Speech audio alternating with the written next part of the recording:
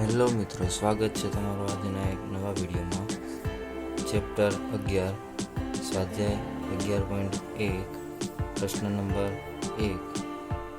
એક બિંદુ x અક્ષ ઉપર આવેલ હોય તો તે બિંદુના y યામ અને z યામ શું થાય?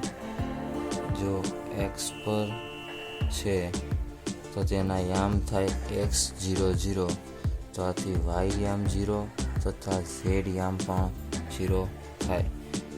એક બિંદુ xz સમતલમાં છે તે બિંદુના y યામ અંગે શું કહેશો? તો xz સમતલમાં છે તે બિંદુના y યામ 0 થશે. તેવી જ રીતે ત્રીજા નંબરનો દાખલો. નીચેના બિંદુઓ આપેલા બિંદુઓ છે તે કયા અષ્ટાંકમાં છે તે જણાવો. અષ્ટાંકને યાદ રાખવા માટેની રીત છે: પહેલું અષ્ટાંક, બીજું અષ્ટાંક, આ ત્રીજું અષ્ટાંક, આ ચોથું, પાંચમું, છઠ્ઠું, સાતમું, આઠમું. તેનો x યામ, y યામ તથા z યામ. પહેલું પ્લસ પ્લસ પ્લસ, તો 3 માઇનસ પ્લસ પ્લસ,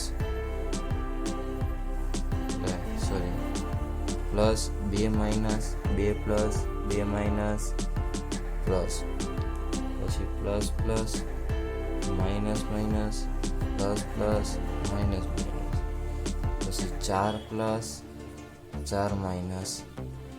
આ યાદ રાખવાની શોર્ટ ટ્રીક છે. તેના પરથી દાખલા નંબર 3નો પહેલાનો જવાબ આવે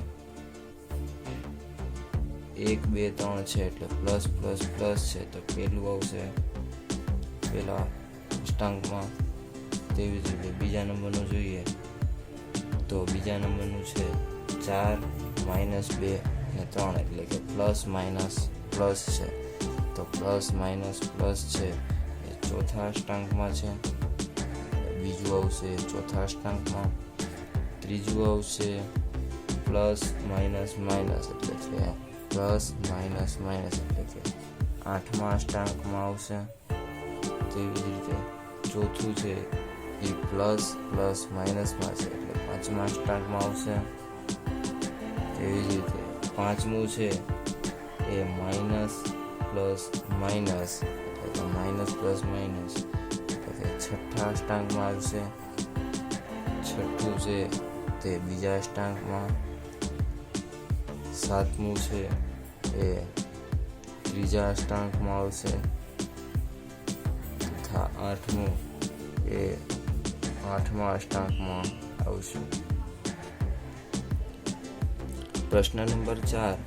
તેમાં પહેલી ખાલી જગ્યા x અક્ષ અને y અક્ષ બંને સાથે મળીને જે બિંદુનું નિર્માણ કરે છે તે ખાલી જગ્યાથી ઓળખાય છે.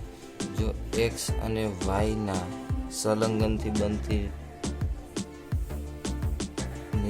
નિર્માણ થતી રેખા એટલે કે જે xy સમતલમાં હોય.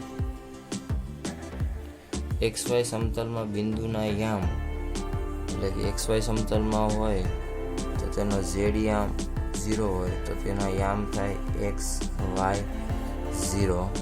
તેવી જ રીતે ત્રીજી ખાલી જગ્યા યામ સમતલો અવકાશનું ખાલી જગ્યા અષ્ટાંકોમાં વિભાજન કરે છે એટલે કે 8 અષ્ટાંકો આવેલા છે. 8 અષ્ટાંકોમાં